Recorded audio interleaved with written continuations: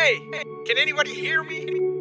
After 10 years of picking up meaningless signals, it was the first real transmission that I would receive from outer space. A friendly voice, weak and breaking up, barely coming through out of a steady wall of background noise, and yet it was enough to make us all jump out of our seats and look at one another in sheer wonder. Did you hear that? You heard that too, right? It was the first question we asked among ourselves after hearing the mysterious message.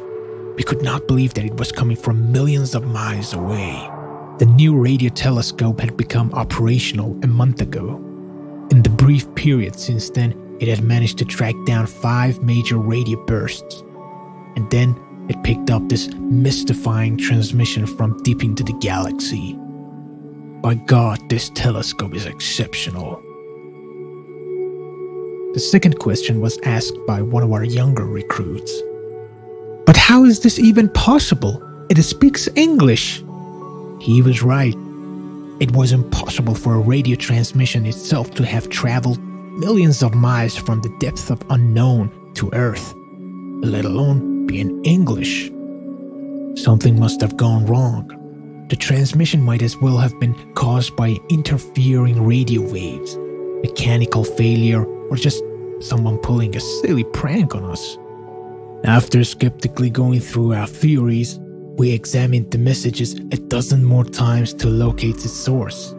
Finally, we came to the conclusion that the transmission could not have been simply caused by a radio malfunction. It was not sent from Earth, not by any means.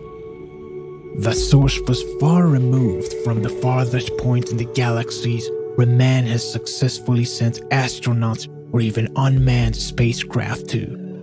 We were all stunned. We responded briefly and reservedly in English. "We have received your message." So we waited. And then, 3 days later, the second greatest moment in human history came to be. That's wonderful. We're so glad you could hear our message. The third message came shortly after the second. You can't believe how amazing this is. What is?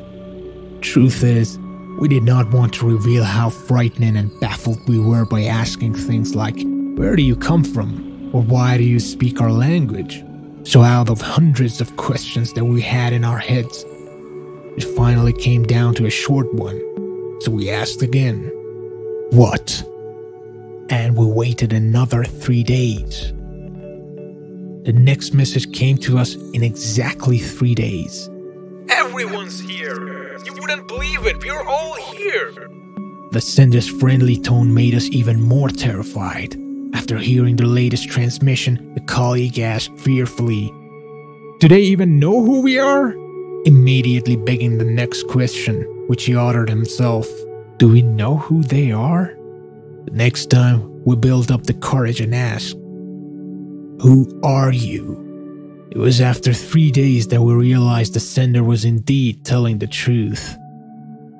As we were bewildered yet again upon hearing the final message. I've been here ever since I died. I mean, everyone's here. Everyone who has died. We were in utter disbelief, deeply shocked after listening to this final transmission. The long period of heavy silence finally broke when the young recruit stuttered in a trembling voice. It could be that afterlife is just the name of another planet.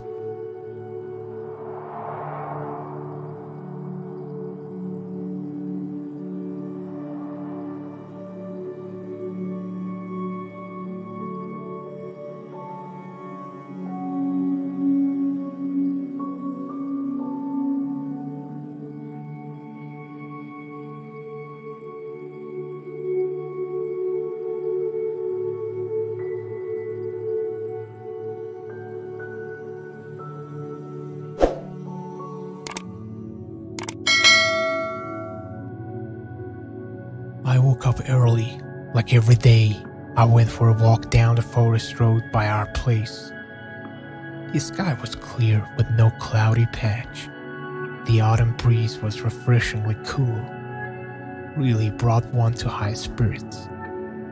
Nothing could be heard except for the rustling of leaves under my feet and the chirping of birds hiding between branches. When suddenly, I felt a heaviness in my feet. I was stunned in place, almost like I'd been trapped knee-deep in an invisible swamp. Then I struggled to breathe. The air around me turned so thick, it felt like drowning on the water. I grasped for another breath, aimlessly moving my limbs, grappling with nothing, and I felt my legs separated from the ground beneath me. I was being lifted. I felt like someone who was down to his last breath, desperately trying to resurface for oxygen. I looked above. A great black round shadow was meters above the trees, hovering in the sky, pulling me upwards. In a second, my eyes drifted and I blacked out.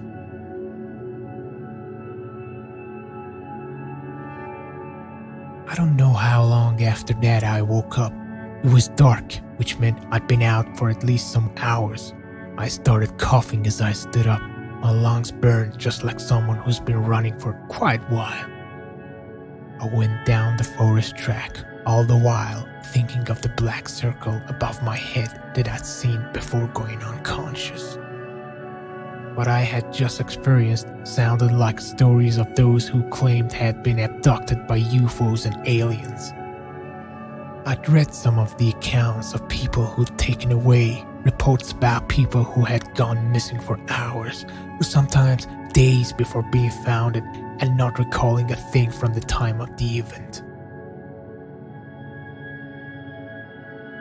An hour went by before I got close to my house. I suddenly thought to myself, how am I going to explain my hours of absence to my wife? She must be worried sick by now. Would she believe me if I told her I'd been taken by a flying saucer? I finally reached the house. I was about to enter when I got a glimpse of my wife inside through the window. The thing that caught me off guard was how unconcerned she looked. She didn't look like someone whose husband was missing for hours. This was unusual. Did she even worry about me at all? I was thinking of that when suddenly I find myself inside the house, beside my wife.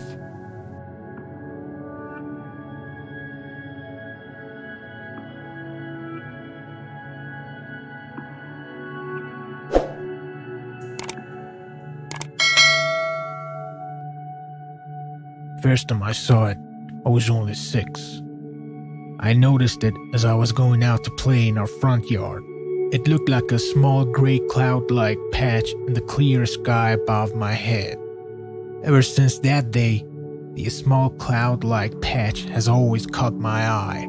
Up until today that I'm 36. Still, every time I go outside as I look up, I see it right above my head, never changing.